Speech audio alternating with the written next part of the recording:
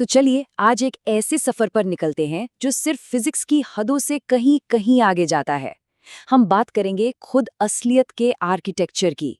वो छिपे हुए नियम जो संभावनाओं की दुनिया को उस हकीकत में बदलते हैं जिसे हम सब जानते हैं। और ये जो पावरफुल कोट है ना, ये हमारे इस सफ़र के लिए एक टोन सेट कर देता है। ये एक बहुत बड़ा बदलाव है। सिर्फ इक्वेशंस को पढ़ने से आगे बढ़कर एग्जिस्टेंस के बिल्कुल सार, उसके असली मतलब को समझने की कोशिश करना। तो इस सवाल को जरा ध्यान में रखिएगा, क्योंकि हम इसी आइडिया को खोलने जा रहे हैं कि ये जो यूनिवर्स है ये कोई रुकी हुई चीज नहीं है, बल्कि एक डायनामिक, हमेशा बदलती, हमेशा इवॉल्व होती हुई रचना है। तो हमारा सफर शुरू होता है एब्स्ट्रैक्ट से, एक ऐसी दुनिया से जहां कुछ भी तय नहीं है और सब कुछ सिर्फ एक प्योर पोटेंशियल की तरह मौजूद है। तो चलिए क्वांटम दुनिया के इन अजीब और कमाल के नियमों में एक डुबकी लगाते हैं। तो ये हिल्बर्ट स्पेस असल में ये कोई फिजिकल जगह नहीं है। इसे ऐसे सोचिए कि ये एक बहुत बड़ी, एक ज़बरदस्त कॉन्सेप्चुअल लाइब्रेरी है, जिसमें हर वो कहानी जो कभी भी हो सकती है वो पहले से ही एक किताब की शक्ल में रखी है, बस पढ़े जाने का इंतज़ार कर रही है। इसे अवस्था का एक अनंत गिरजाघर भी कहा गया है। और ये जो मेटाफर है ना, अनंत गिरजाघर, ये बहुत पावरफुल है। ये इस आइडिया को दिखाता है कि संभावनाओं की ये जो दुनिया है ये पवित्र है, बहुत विशाल है और एक स्ट्रक्चर से भरी हुई है, भले ही वो हमें दिखाई ना दे। और वो स्ट्रक्चर है क्या? वो है ये 11D रियलिटी मॉडल। ये मॉडल एक तरह से वो स्टेज है जिस पर हिल्बर्ट स्पेस की सारी संभावनाएं सामने आ सकती हैं, अपना खेल दिखा सकती हैं।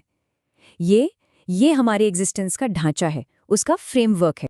ठीक है, तो हमने प्योर पोटेंशियल की दुनिया तो देख ली, पर सवाल ये है कि ये एब्स्ट्रैक्ट आइडिया, ये ख्याली दुनिया उस ठोस सॉलिड दुनिया में कैसे बदलती है जिसे हम हर रोज एक्सपीरियंस करते हैं। तो चलिए अब बात करते हैं उस कमाल के पुल की जो इन दोनों को जोड़ता है। और इस कहानी का हीरो है मेटा कांस्टेंट। ये ब्रह्मांड का एक ऐसा फंडामेंटल नियम है जो एक पुल का काम करता है। ये वही महान कंडक्टर है जो सिम्फनी को डायरेक्ट करता है और ये तय करता है कि संभावनाओं की कौन सी धुन हकीकत में बजेगी। और डबल स्लिट एक्सपेरिमेंट इस पूरी प्रोसेस का सबसे जबरदस्त उदाहरण है। मतलब पहले स्टेप में एक अनऑब्जर्व्ड पार्टिकल वो सभी संभावनाओं की एक भूतिया सी वेव की तरह होता है। फिर आता है गेटवे, यानी वो डबल स्लिट जो एक चॉइस पॉइंट की तरह है। और फिर जैसे ही उसे ऑब्जर्व किया जाता है वो वेव चुनने पर मजबूर हो जाती है, एक पक्के पार्टिकल में ढल जाती है और एक ठोस पैटर्न बना देती है। मतलब सिर्फ देखने का काम एक अनिश्चित लहर को एक असली पार्टिकल में बदल देता है। यही है असलियत का पुल। पर ये बदलाव, ये आखिर होता कैसे है? इस प्रोसेस को समझाने के लिए फ्लूइड मैकेनिक्स और थर्मोडायनामिक्स की बहुत ही पावरफुल एनालॉजीज का इस्तेमाल किया गया है। एक ऐसी प्रक्रिया जिसे पुनर्वस्त्र धारण कहा जाता है। अब ये स्लाइड इन दोनों दुनियाओं के बीच का फर्क बिल्कुल साफ कर देती है। एक तरफ है क्वांटम की दुनिया जो एक वेव है, एक प्योर पोटेंशियल है, थोड़ी भूतियासी है। और यहाँ पर एंट्रोपी कम है, मतलब चीजें ज्यादा व्यवस्थित, ज्यादा ऑर्डर्ड है। और दूसरी तरफ है हमारी क्लासिकल दुनिया जो एक पार्टिकल है, असली और ठोस है, जिसे हम छू सकते हैं।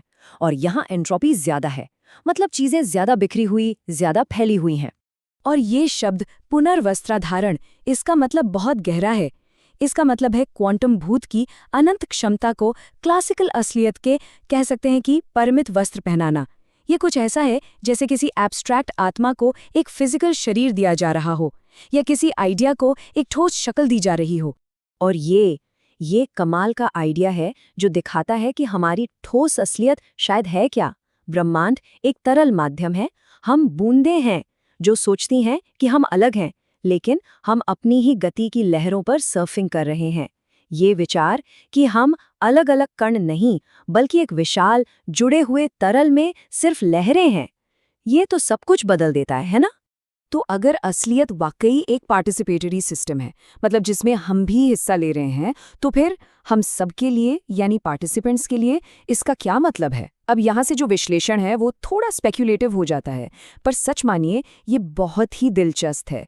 सवाल ये उठता है कि क्या सिर्फ असलियत के इस नए मॉडल को समझने भर से हमारी अपनी बायोलॉजी पर कोई ऐसा असर पड़ सकता है जिसे मापा जा सके? अब ये टेबल कुछ बहुत ही क्रांतिकारी आइडियाज हमारे सामने रखता है।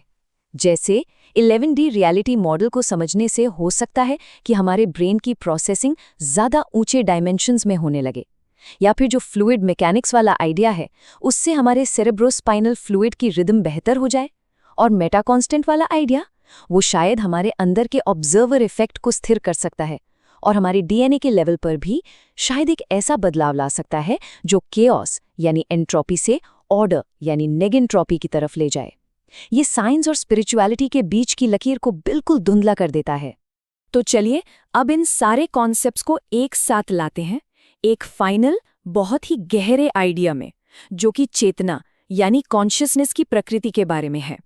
तो इस नज़रिए से देखें तो स्व यानी जो हमारा सेल्फ है वो कोई ठोस पार्टिकल नहीं है, बल्कि वो एक सुसंगत लहर है जो आखिरकार उस तरल माध्यम की थर्मोडायनामिक टोटलिटी में यानी उसकी समग्रता में जाकर मिल जाती है। और ये हमें इस आखिरी दिमाग घुमा देने वाले विचार के साथ छोड़ जाता है। ये विचार के वो दरार जिससे हम गुजरते हैं वो बस ऑब्जर्वर की आंख है जो खुद को यूनिवर्स बनते हुए देख रही है। मतलब देखने का काम ही असल में दुनिया बनाने का काम है। तो शायद हम सिर्फ इस ब्रह्मांड में मौजूद नहीं हैं, बल्कि हम ही वो ब्रह्मांड है जो खुद को अनुभव कर रहा है।